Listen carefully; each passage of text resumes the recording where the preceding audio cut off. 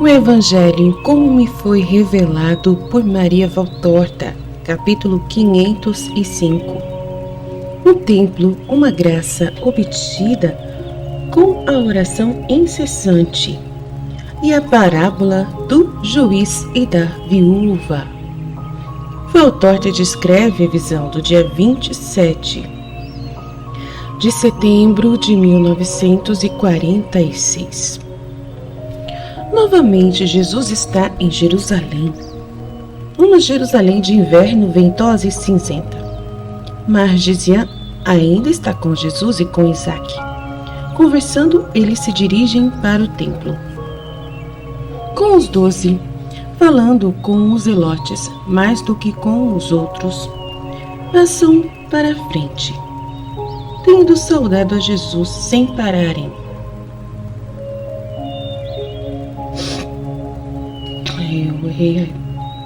Com os 12, falando com os zelotes mais do que com os outros, e com Tomé estão José e Nicodemos. Mas depois eles se separam e passam para a frente, tendo saudado a Jesus sem pararem. Não querem que dê nas vistas a amizade deles com o mestre. É perigoso. Cochicha o Iscariotes para André. Eu acho que o fizeram por algum motivo justo e não por vilania. Defende-os André. Afinal, eles não são discípulos e o podem fazer, eles nunca o foram, de zelotes. Não? Parecia-me. Nem mesmo Lázaro é discípulo e, contudo... Mas se tu excluis uns e outros, quem é que fica? Quem? Aqueles que têm a missão de discípulos? E esses, então, o que são? Amigos, nada mais do que amigos. Achas que eles deixam suas casas e seus interesses para acompanharem Jesus como discípulos? Não, mas ouvem com prazer, dão-lhe ajuda e... Se for por isso, então até os gentios o fazem. Tu terás visto como perto de Nick encontramos alguém que havia pensado em Jesus. Certamente aquelas mulheres não são discípulas. Não fiques excitado, eu dizia assim por dizer. Ficas incomodado se os teus amigos não se tornam teus discípulos? Deverias querer o contrário, parece-me. Eu não me incomodo e nada quero, nem mesmo que tu lhes faças mal, chamando-os de discípulos dele. Mas a quem queres que eu diga? Estou sempre aqui com vocês. Simão Zelotes olha para Judas Iscariotes com um olhar tão severo que o risinho fica gelado nos lábios de Judas e que considera oportuno mudar de assunto e pergunta: o que quereriam eles hoje falar a vós com vocês dois? Eles acharam uma casa para Nick, perto das hortas, perto da porta. José conhecia o proprietário e sabia que com uma boa vantagem ele teria vendido. Iremos contar isso a Nick. Nossa, que vontade de jogar dinheiro fora dela. Mas é dela. Pode fazer dele o que quiser.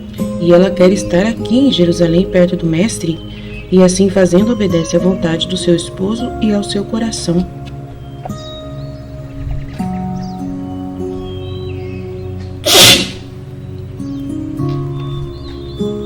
Pena que minha mãe não esteja tão longe, suspira Tiago de Alfeu. E a minha também, diz o outro Tiago. Mas por pouco tempo não viste o que Jesus disse a Isaac, a João e a Matias, quando voltardes na lua nova, no mês de Shebate, com as discípulas, vinde com minha mãe também. Não sei, não. Porque não quer que Margisian volte com elas. Ele lhe disse, virás quando eu te chamar. Talvez seja porque Porfíria não fique sem ninguém, para que Porfíria não fique sozinha, sem alguém que a ajude lá. Pois se ninguém pesca lá mais, em cima, não se come, e nós não vamos para lá. Deve ir, Margisian. O figo certamente não vai ser suficiente, ou colmeia, nem as poucas azeitonas e as 2 ovelhas, para a manutenção de uma mulher, para vesti-la, matar-lhe a fome e etc. Observa André. Jesus parado ao lado do muro do templo, observa-os virem até ele. Com Jesus estão Pedro, Margisian e Judas de Alfeu. Alguns pobrezinhos levantam-se de suas camas de pedra, colocadas sobre a estrada, que se dirige para o templo, e a que vem do Monte Sião, indo para o Monte Mora, e não a que vem de Alfeu, indo para o templo. E lamentando-se, vão até Jesus esses pobres, pedindo-lhe somente esmola. Nenhum deles pede a cura. Jesus ordena a Judas que lhes dê algumas moedas, e depois entra no templo. Lá não estão muitas pessoas, depois da grande afluência de gente que houve nas festas. Pararam de chegar peregrinos. Somente os que por sérias razões são obrigados a ir a Jerusalém, ou os que moram na cidade e que sobem até o templo. Por isso os pátios e os pórticos, ainda que não estejam desertos, estão muito menos frequentados, e com isso parecem mais vastos e mais sagrados, porque neles se ouve menos rumores. Até os cambistas e vendedores de pombas e de outros animais são agora muito menos numerosos e estão encostados aos muros do lado onde bate o sol. Um sol de uma luz pálida que vem abrindo o caminho e penetrando pelo meio de umas nuvens cinzentas.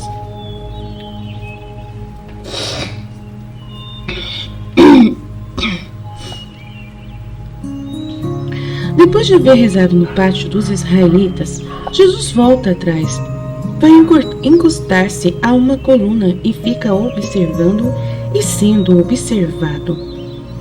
Ele vê que vem vindo certamente do pátio dos hebreus um homem e uma mulher, que mesmo sem estarem chorando ostensivamente, contudo mostram um rosto entristecido por muitos prantos. O homem procura confortar a mulher, mas pode-se ver que também ele está entristecido. Jesus se afasta da coluna e vai ao encontro deles. O que é que vos está fazendo sofrer? Interroga-os com dó deles. O homem olha para Jesus espantado por aquele cuidado.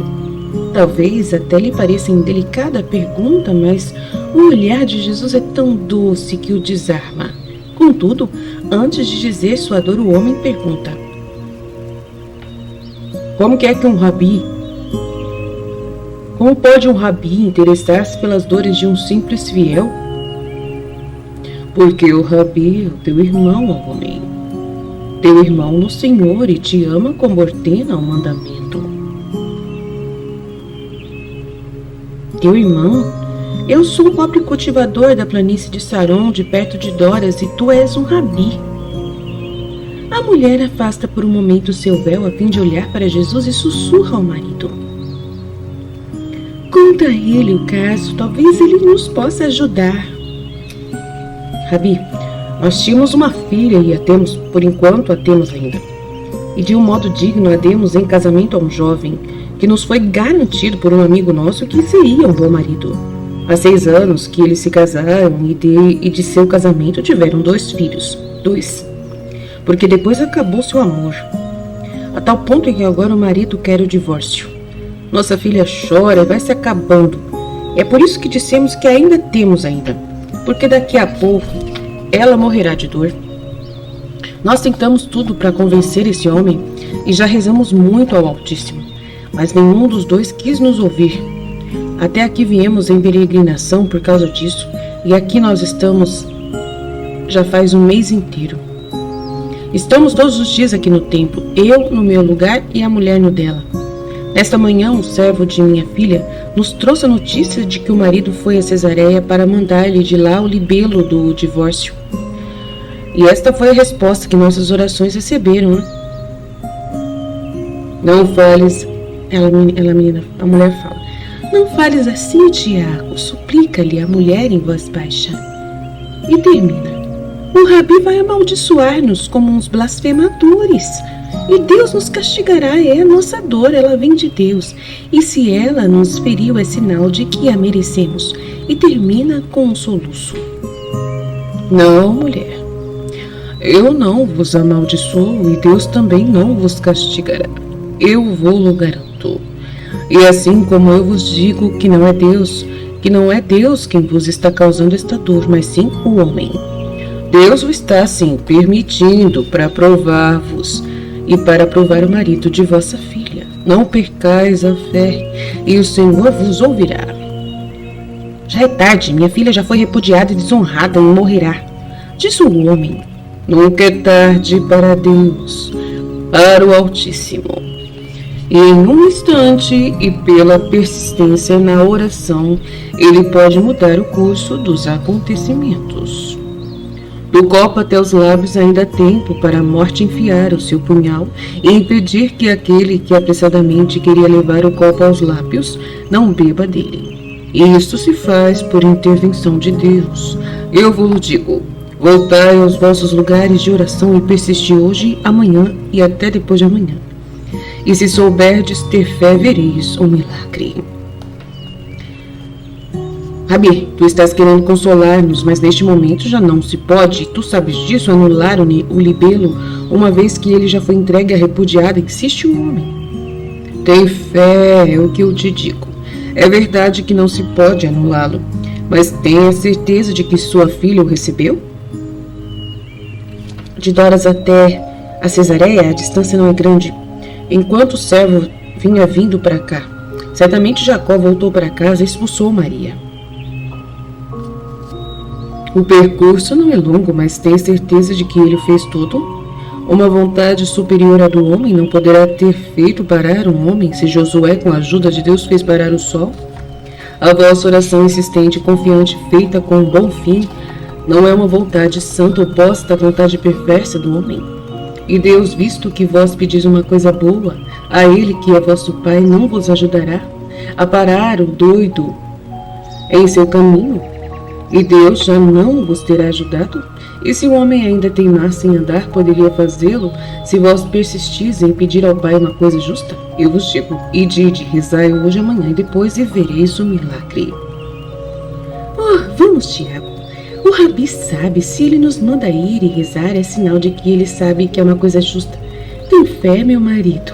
Eu já estou sentindo uma grande paz, uma forte esperança que surge em mim, que estava sofrendo tanto. Deus te recompense, ó Rabi, que és tão bom e que ele te ouça. Reza por nós. Tu também, vem, Tiago.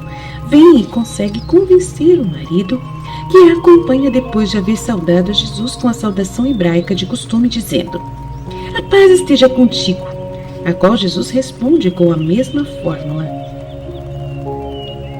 Por que não disseste quem você é? Eles teriam rezado até com mais força, dizem os apóstolos. E Filipe acrescenta: eu vou lá dizer isso a eles. Mas Jesus o detém, dizendo: não, eu não quero. Ele rezaria sem medo nenhum, mas com menos valor e com menos mérito. E assim como foi, a fé deles é perfeita e será premiada. É verdade? E quereis dizer que eu minto enganando os infelizes? E Jesus olha para as pessoas que se reuniram, mais ou menos umas 100 pessoas, e diz: escutai esta parábola, que vos ensinará o valor verdadeiro da oração constante.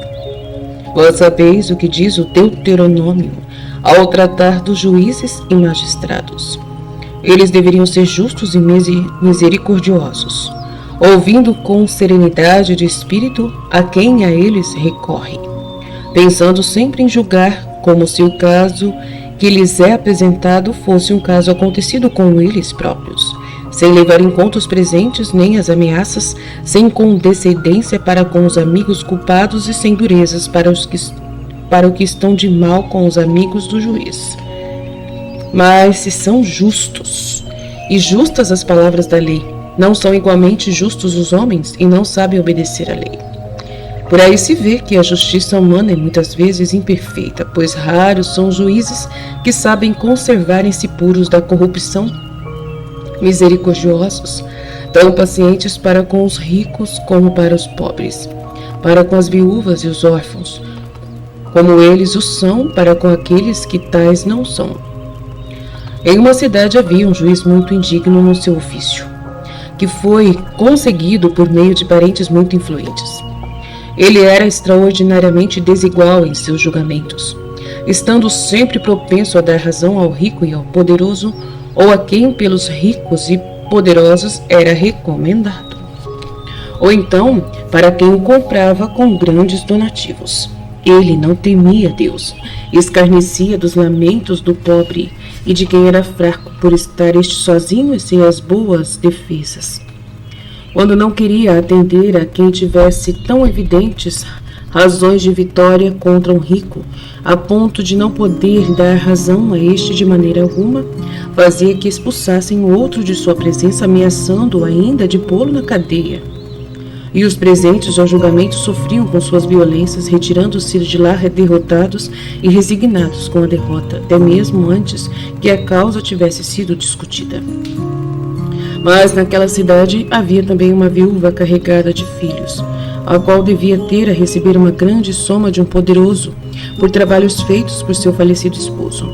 E ela, obrigada pelas necessidades e pelo amor materno, havia procurado receber do rico aquela soma que lhe daria as condições de matar a fome de seus filhos e dar-lhes roupas no inverno que se aproximava. Mas, tendo se tornado inúteis todas as pressões e súplicas que ela fazia ao rico, ela então recorreu ao juiz. O juiz era amigo do rico, o qual lhe havia dito: se me deres ganho de causa, a terça parte da soma será tua. Por isso o juiz se fez de surdo às palavras da viúva, que assim lhe rogava: faze-me justiça contra o meu adversário. Tu estás vendo se eu estou ou não precisando disso? Todos podem dizer se estou ou não precisando daquela soma. O juiz se fez de surdo e mandou que seus ajudantes a expulsassem. Mas a mulher voltou 1, 2, 10 vezes pela manhã, às 9 horas, ao meio-dia e à tarde, incansavelmente.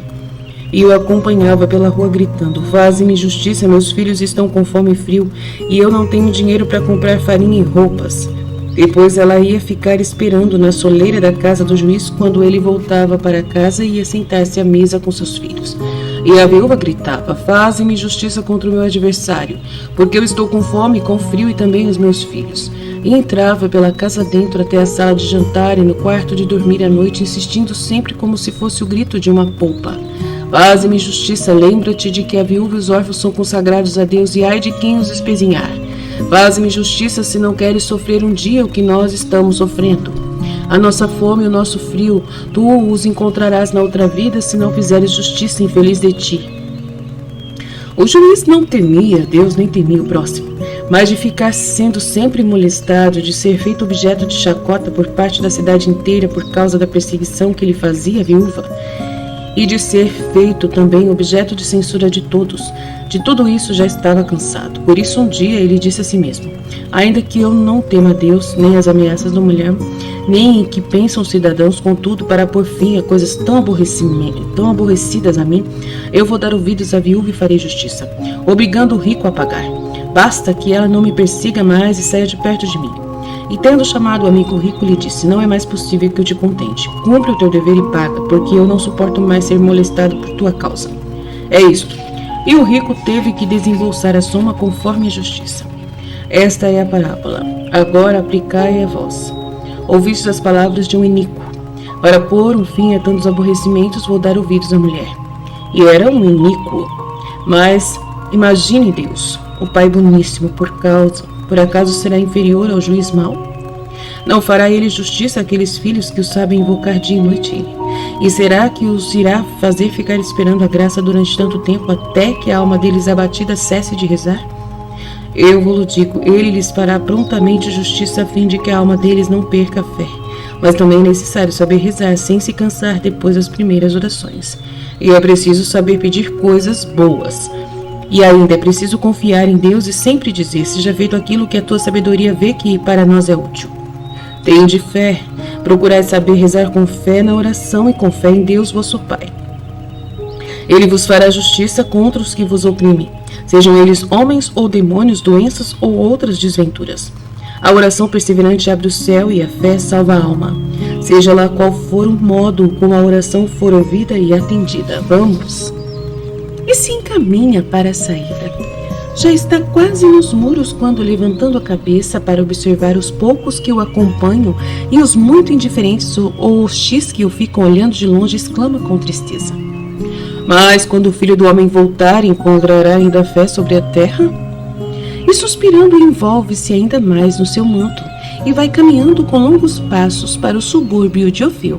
E assim termina a visão Fiat.